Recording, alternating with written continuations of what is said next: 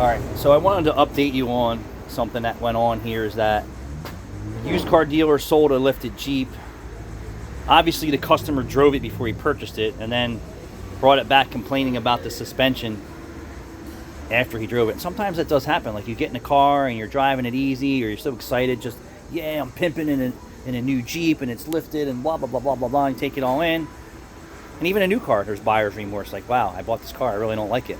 I don't like the way it rides, I don't like the way it handles, I don't like anything about it. You're kind of stuck. So the customer brought the car back, making his complaints. They send the car to us and say, okay, why is the suspension jacked up? Why is the customer confirm the customer's complaint and report? Lifted Jeep done wrong. I've seen it many of times.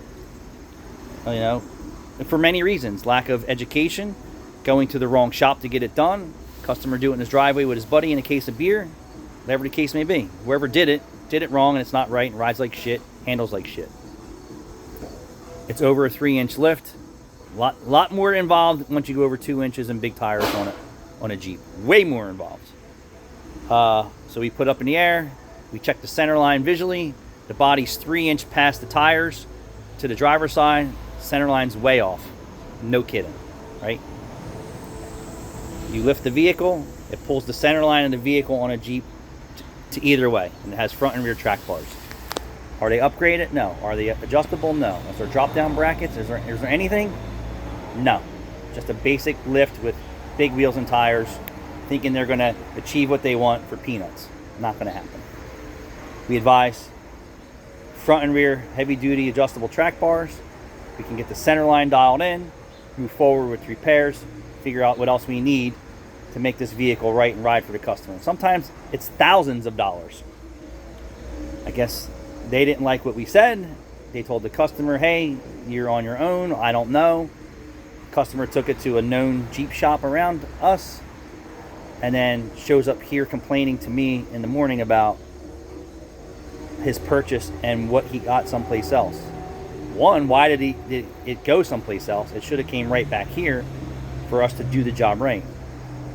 We do lift kits. We do all that stuff. I built my son's stock Jeep to a 3-inch lift with no ride quality issues.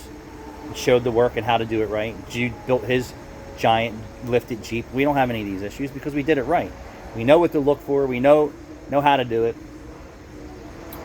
Problem is, are you willing to pay it? Well, he took it to some Jeep shop, and he said they changed the track bar in the front. That's wonderful. And they did alignment, and my car's still screwed up. No kidding, dude. One track bar and alignment is not going to fix your issues. I don't know what they did. I wasn't even interested in looking at it. You could spend your money someplace else. Now you can go back and deal with all that nonsense.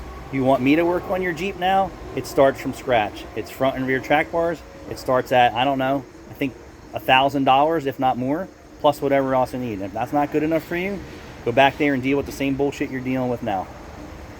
We already advised the parties on what it needs. We're the guys that make it right. I would have never sent his Jeep back with the alignment still off and him having and drivability issues. Another shop did that work and sent the customer out, and his car's still screwed up. Every day it goes on here. And yes, that shop is within 10 miles of my location.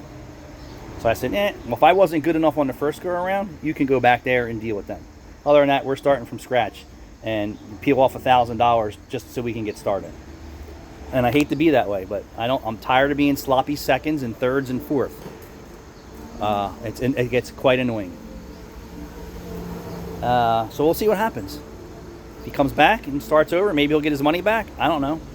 But when you go to a Jeep place, they should already know if they just do one track bar and they don't do the rear and get the center line of the vehicle corrected, you're wasting the customer's money. What you just did is the money grab. I'm going to take what money I can and deliver a poor product and service to the customer. That sucks. It's not my goal. He comes here and says, oh, just do the front track bar and see what we get. Not going to happen, dude. Not going to work right. You might as well just return the vehicle or figure out how you're going to pay for it to make it right. Or don't. Maybe a lifted Jeep isn't for you. A lifted Jeep, even if it's done right, still rides like shit. It beats the crap out of the tires, the wheel bearings, the ball joints, everything. Everything. You ever been hit with a little teeny tiny wave? your suspension is getting hit with a gigantic wave. I'm going to just put that in perspective. You ever been hit with a wiffle ball? That's what a stock tire impact to the suspension is like, because it's designed for that. When you start putting 44s and 38s and all this stuff and you don't upgrade the suspension, it is like you getting hit with a medicine ball at 60 miles an hour every time you hit a bump. And your suspension needs to be able to handle that. Some people don't know.